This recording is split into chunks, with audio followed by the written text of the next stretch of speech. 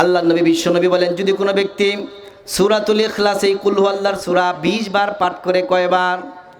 যদি কোনো ব্যক্তি 20 বার পাঠ করে, আল্লাহ নবী বলেন বানাল্লাহু লাহু কাসরাইনি ফিল জান্নাহ, আল্লাহ তাআলা তার জন্য জান্নাতে 2টা রাজপ্রাসাদ বানিয়ে দিবেন। সুবহানাল্লাহ। যদি কোনো ব্যক্তি 30 বার পাঠ করে সালাসিনা মাররা, যদি কোনো ব্যক্তি 30 বার পাঠ করে, আল্লাহ নবী বিশ্বনবী বলেন তার জন্য আল্লাহ তাআলা জান্নাতে 3টা রাজপ্রাসাদ বানিয়ে দিবেন। সুবহানাল্লাহ।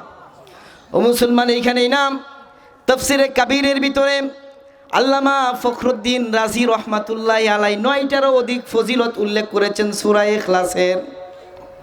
তার ভিতরে তিনি আরেকটা ফজিলতের কথা উল্লেখ করেছেন। আল্লাহ নবী বিশ্বনবীর সাহাবী আনাস ইবনে মালিক, কি নাম বলেন? আনাস বিন মালিক আল্লাহ নবী থেকে হাদিস রওয়ায়াত করে, তিরমিজি শরীফের বর্ণনা 2898 নম্বর হাদিস গালেবান।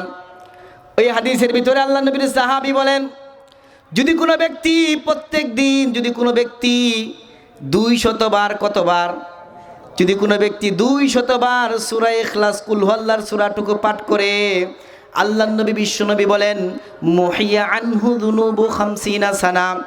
আল্লাহ নবী বিশ্বনবী বলেন, যদি কোনো ব্যক্তি 200 বার সূরা ইখলাস পাঠ করতে পারে, আল্লাহ নবী বলেন তার জীবনের 50 বছরের গুনাহ আল্লাহ মাফ করে দিবে। সুবহানাল্লাহ।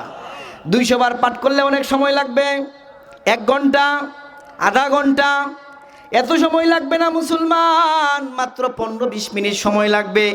এইটুকুন সময়ে যদি আপনি সূরাটা 200 বার পাঠ করতে পারেন নীরবে নিবৃত্তে বসে, আল্লাহ তাআলা আপনার জীবনের 50 বছরের গুনাহ মাফ করে দিবেন। সুবহানাল্লাহ।